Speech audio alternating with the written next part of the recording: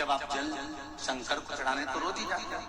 जब एकादशी का दिन रहे और शंकर जी के मंदिर में आप जल समर्पित करें तो 3 बार मुख से स्वधा स्वधा स्वधा या स्वधा स्त्रोत का पाठ, जिसमें 12 श्लोक 2-4 हैं। पैसा तो आ रहा है और घर में टिक नहीं रहा। डॉक्टर में, पुलिस में, एक्सीडेंट आदि में, कहीं गलत जगह पर, व्यसन में अगर पैसा जा रहा है, जुए में, मांसाहार, मदिरा पान, या कहीं आया पैसा आने में कमी नहीं, आ रहा है पर टिक नहीं रहा, रुक नहीं रहा।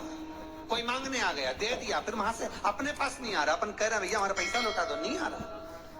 तो महाराज शिव महापुराण की कथा कहती है, एकादशी के दिन गंगा के जल में मात्र 7 बेलपत्री डालकर जो नंदीश्वर भगवान अर्थात जो शंकर जी के शिवलिंग के सामने नंदी होता है, उस नंदी के चरण पर गंगा का जल चढ़ाकर बेलपत्री शिव पर समर्पित कर देता है, उसके घर में रुपया रुकना चालू हो जाता है। फिर वो गलत जगह पर नहीं जाता, गलत स्थान पर वो धन जाएगा ही नहीं।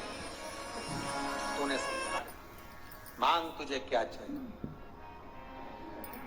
एकादशी ने भगवान विष्णु से कहा, नाथ प्रभु वर दे दो, मृत्यु लोक में जो मनुष्य मेरा व्रत करेगा, चाहे जलचर, थलचर, वायुचर या सांसारिक मनुष्य, मेरा अगर एकादशी का व्रत करेगा, प्रभु उसके यहाँ धन धान्य वैभव सुख संपदा बढ़ेगी और उस जीवात्मा को नरक नहीं भोगना पड़ेगा, सीधे वैकुंठ का उसको वास मिलेगा। जब जीव आत्मा को लेकर चला जाएगा, यम के दूत जब बंदी बनाकर ले जा रहे होंगे उस जीवात्मा को जिसके प्राण छूटे होंगे, यम के दूत जब बंदी बनाकर ले जा रहे होंगे, तब मुझे वर दो कि मैं इसका हाथ पकड़कर बेतन्नी से पार उतार कर सारे नरकों से निकालती हुई आपके धाम में लेकर आऊं। भगवान ने वर दे दिया, तथास्तु। हे एकादशी सुनो, मृत्यु लोक का मनुष्य अन्न का त्याग कर कर, क्योंकि अन्न में एकादशी के दिन पाप पुरुष रहता, अन्न का त्याग कर कर एकादशी के दिन जो मनुष्य तुम्हारा व्रत धारण करेगा, उस व्रत को करेगा और उस व्रत को धारण करेगा, उसकी मनोकामना पूर्ण होकर वो मेरे ही धाम को जाएगा। ये तो हुआ एकादशी के जन्म की कथा। एकादशी के दिन गंगा के जल में मात्र 7 बेलपत्री डालकर।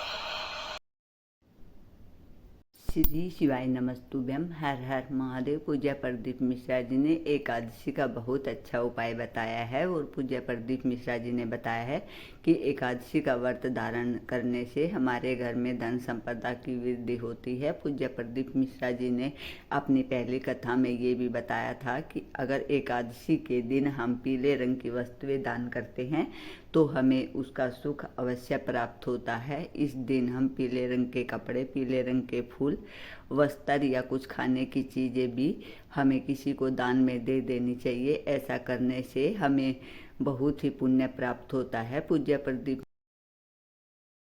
प्रदीप मिश्रा जी ने ये भी बताया कि एकादशी के पहले दिन से ही हमें ये ख्याल रखना चाहिए कि किसी फूल, पत्ती या डाली को हमें नहीं तोड़ना चाहिए या कोई ऐसा पाप नहीं करना चाहिए जिससे हमारा व्रत नष्ट हो जाए। पूज्य प्रदीप मिश्रा जी के उपाय और कथा सुनने के लिए प्लीज़ मेरे चैनल को लाइक, कमेंट और शेयर जरूर करें। मेरा चैनल है धार्मिक वीडियो। श्री शिवाय नमस्तुभ्यम। हर हर महादेव। वीडियो पर लास्ट तक बने रहिए और पूरा देखिए। पूज्य प्रदीप मिश्रा जी की कथा आज की बहुत ही अच्छी है। श्री शिवाय नमस्तुभ्यम। सत्तू का दान है जो बैसाख महीने में करा जाता है। सत्तू का दान 3 चीजों से मिलकर बनता है। जौ, बोलते जाओ, गेहूं, चना, ये 3 चीज से मिलकर बनता है। इसमें जो बारीक बारीक कण होते हैं, जितने जितने 3 चीज के मिले हुए बारीक बारीक कण होते हैं, ये जब दान किया जाता है सत्तू का, तब ये बेतरनी तरने के लिए 47वें दिन इस जीवात्मा ने अगर सत्तू का दान करा होता है या सत्तू का सेवन बैसाख के महीने में करा होता है, तो उसको बेतरनी नहीं भोगना पड़ती, डायरेक्ट सीधे रतलाम उज्जैन से डायरेक्ट।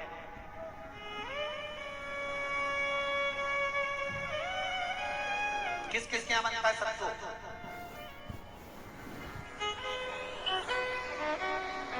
मैंने भी तो ये पूछा किस किस क्या बनता है।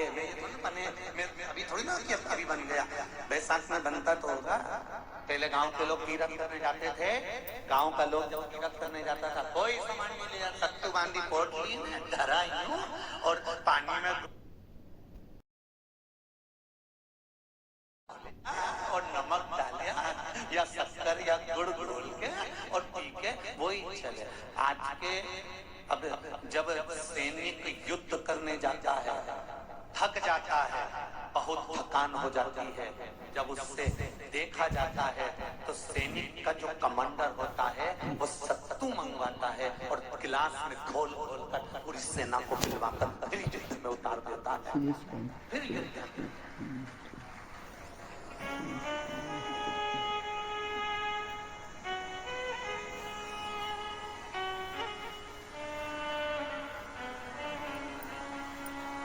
साधारण नहीं है महाराज। सत्तू में जितने बारीक बारीक कण होते हैं, जितने बारीक बारीक कण, अब तुम्हें काम करना, अभी जब खरीदो तो कागज पे रख के सत्तू का एक कण गिनना है, तो बारीक बारीक गिनते देना जरा। तो तुम्हारा क्या जाए गिनने में? भगवान कृष्ण के हाथ में पट्टी बंधी थी तो उनने भी तो रुक्मणी को गिनने को दिया था, जरा गिन तो जरा इसमें कितने धागे।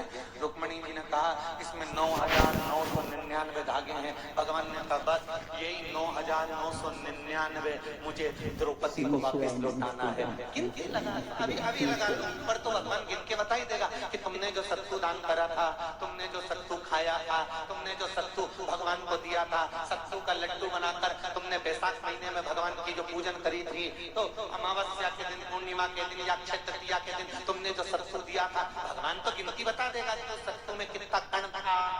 और अगर नहीं बताए तो तुम आंदोलन पे बैठे। क्या मैं बताओ पहले हमने कितना सत्तू दिया था, उसमें कितने कण बताना पड़ा।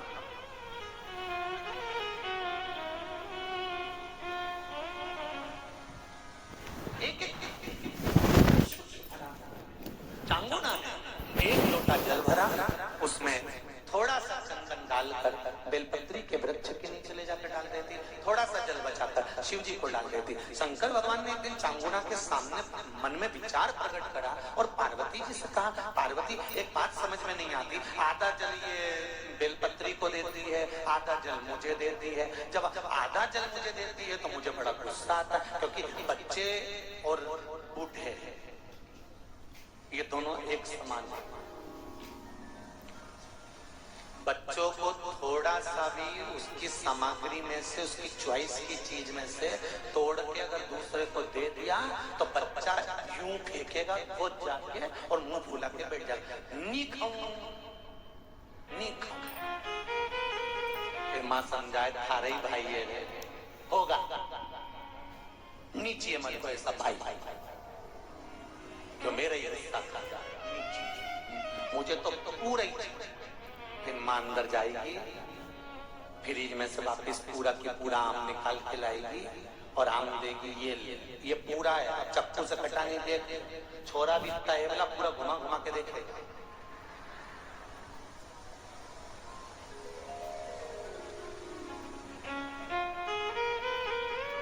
पूरा देख लिया तब बच्चा ऐसे ही बुजुर्ग व्यक्ति होता है, बूढ़ा,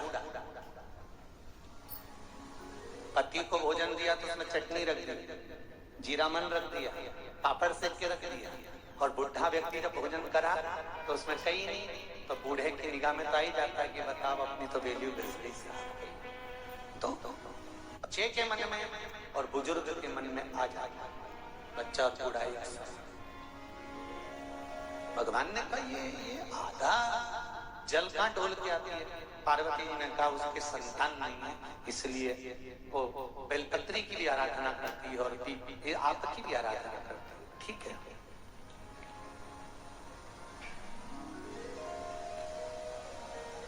भगवान देवरी ने महादेव ने देखा चांगुना ने बहुत सेवा कर ली। आज भगवान सुंदर एक संत का रूप धरकर चांगुना के दरवाजे पर पहुंच गए। अलग जगह चांगुना दौड़ बाबा जी आइए, क्या लाऊं मैं आपके लिए? भिक्षाम देहि, भिक्षाम देहि।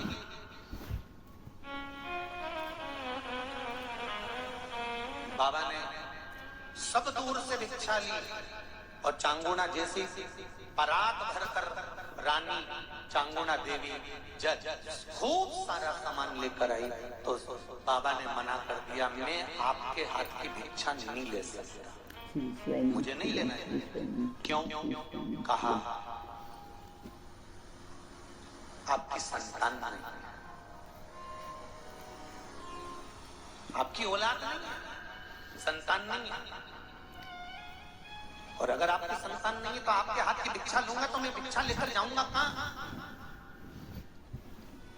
मुझे आपके हाथ की भिक्षा नहीं चाहिए। इतने में चांगुना उस संत के चरण पकड़े और संत के चरण पकड़कर चांगुना कहने लगी, देखिए बाबा जी, जन्म मरण और परण ये तो तीन देव महादेव के हाथ में है। संतान देना और ना देना ये शिव जी के हाथ में है। शंकर एक पत्र में लिखा है,